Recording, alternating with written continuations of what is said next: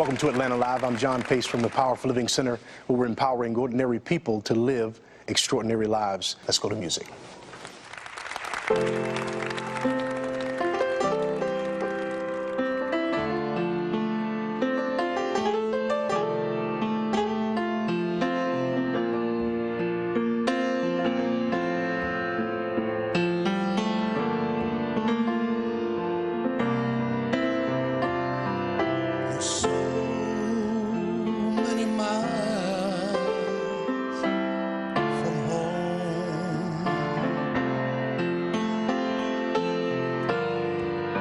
So many roads alone,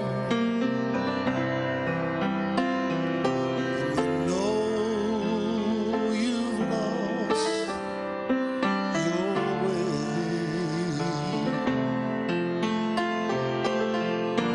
just like a sparrow, like a lonely sparrow. So many miles from home. And oh, remember how it was when you walked side by side with Jesus. Love just like a river that you'd find.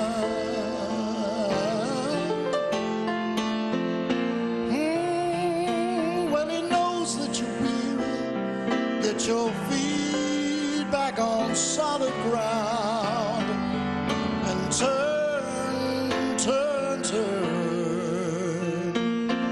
homeward,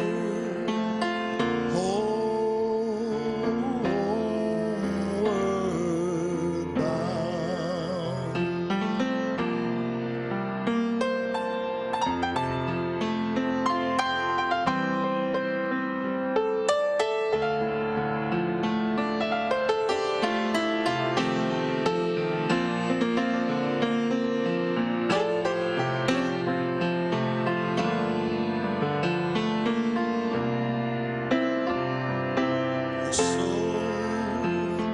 Many miles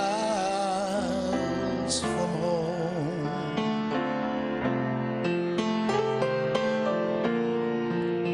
You burned all your bridges long ago, and you know you've lost your way.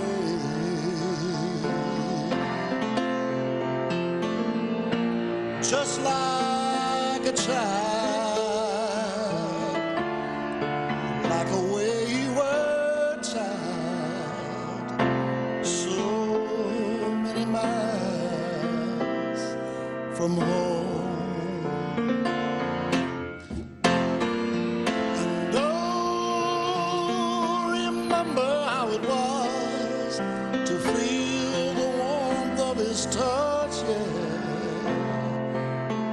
Another love like Jesus you've never found.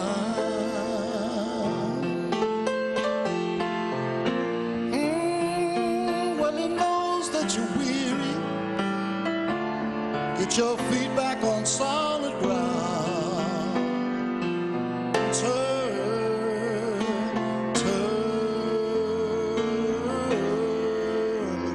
homeward bound.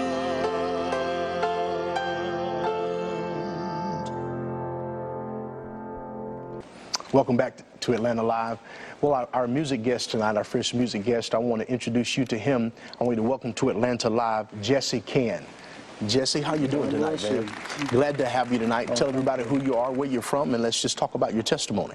Well, I live in Salem, Virginia, Okay. and I belong to the AMG Artist Music Guild, and that's kind of how I was asked to come. Okay. And I've been a musician all my days almost. Okay.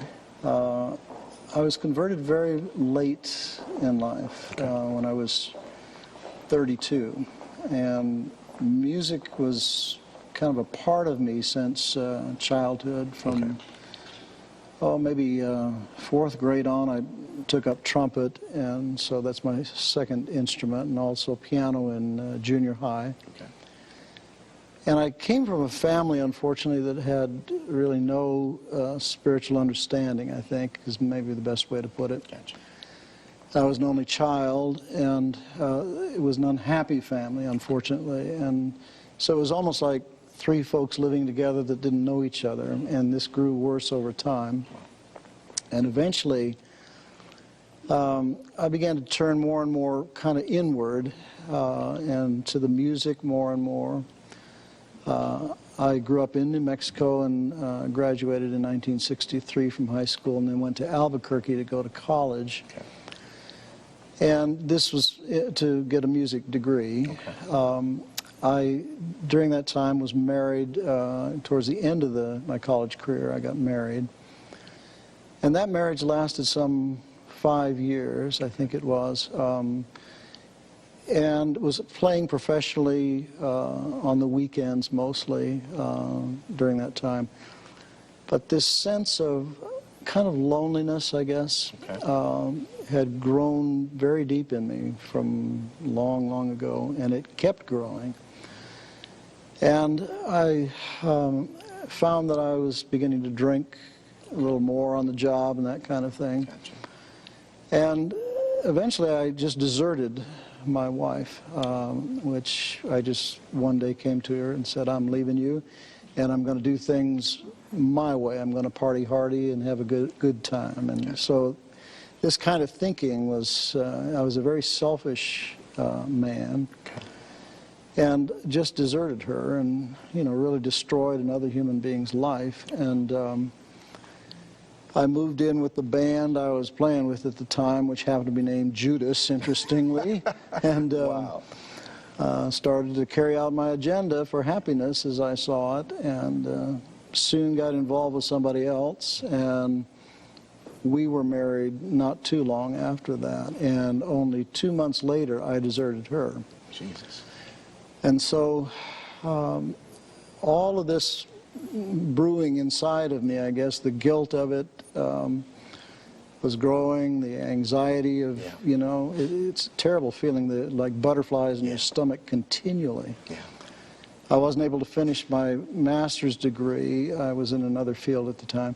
I just quit. I said, I can't handle this, and not recognizing, of course, that I'd brought it all on myself.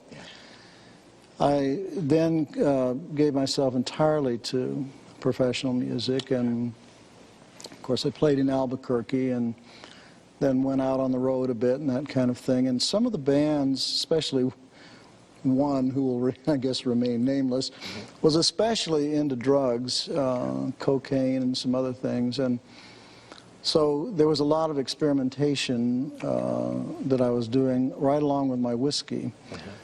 Some things which probably should have killed me, I think. Wow. And yet the emptiness continued to grow more and more and more. All the carrying on with women and this kind of thing that I was doing, and the drinking and the music, none of it was satisfying. It just, the emptiness continued, the searching for something. There's an old country tune called Looking for Love in All the Wrong Places, and that was really the story of my life. And it grew bad enough, I guess, to where when I was out on the road sometimes, if I'd run out of whiskey, I would drink Listerine to finish the job. And just some real terrible things were going on in my life. And I was coming to a crossroads. I didn't know it, but it just the emptiness and the pain was building and building and building. And I finally ended up in Half Moon Bay, California, off the road, and started trying to seek some professional help. Excuse me. And he was trying to, psychologize me, I guess, and help me that way. But I was just taking the meds that he prescribed and just drinking them down with the whiskey and wasn't getting any better. I was just continuing to get worse. And one day I came in, May 11th, 1978 to a session with him. And I said to him, if something doesn't happen now, today, right now, I fear for my life and my mind. And the man looked at me and I don't know quite why he said this, but he said, do you think you'd like to pray? Now, this was no Christian either. Gotcha.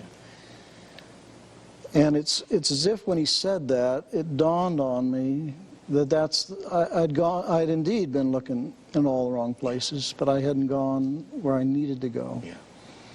And right there in the little cubicle, almost is what it was, I bowed my head and I said something real simple. I said, God, if you exist, if you care about me, I need you, and I need you right now. And there was a sense of an eternal presence in that room, unbelievably powerful. Like I said, I didn't come from a religious home, but God's presence filled that room in such a way that I began to weep with the relief, and it felt like almost a physical weight. I don't know how else to describe it, of all the guilt and the vileness, really, of my life being lifted away from me. And as I looked up, there was a candle flame.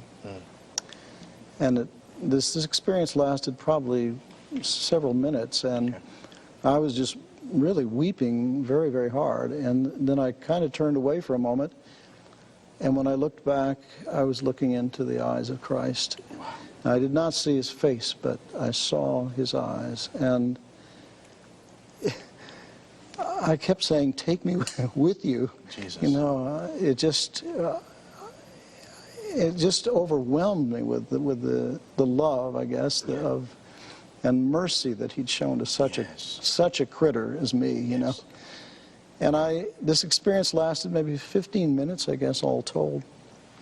The counselor was very quiet during this. I don't know quite what was going on with him. I think he was just puzzled as to what's this guy experiencing. But after the feelings and everything kind of subsided, I left the office, and I knew that I was different, but I didn't know how. I didn't know what had happened, but I knew I was a different man somehow.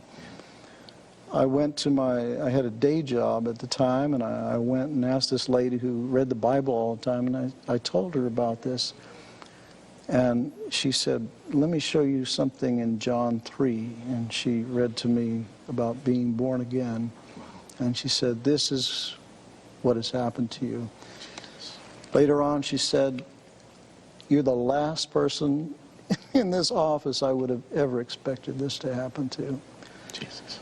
And the Lord led me to an excellent church that she happened to attend, and began to change my life. He delivered me from the drinking. I've been sober for 34 years now. It's been by his grace alone, his power and his might. He gave me a wonderful wife that same year. We've been married 34 years now, and she is the delight of my life. Her name is Ann, and great woman of faith. And he began to just really early on chip away at all the rough edges and give me a love for the Bible. When I would sleep at night, when I was first saved, I clutched it to my chest. Wow. It was that dear, because I recognized that he'd saved me from death, and I didn't, everlasting death. And the Word of God was so precious to me. And still is. I mean, it is our very life. Yes, it is. And I just thank Jesus for his amazing grace in such a life, because if anybody was the man in the tombs in the story, I was that man. Jesus. Wow. That's a powerful testimony, Jesse.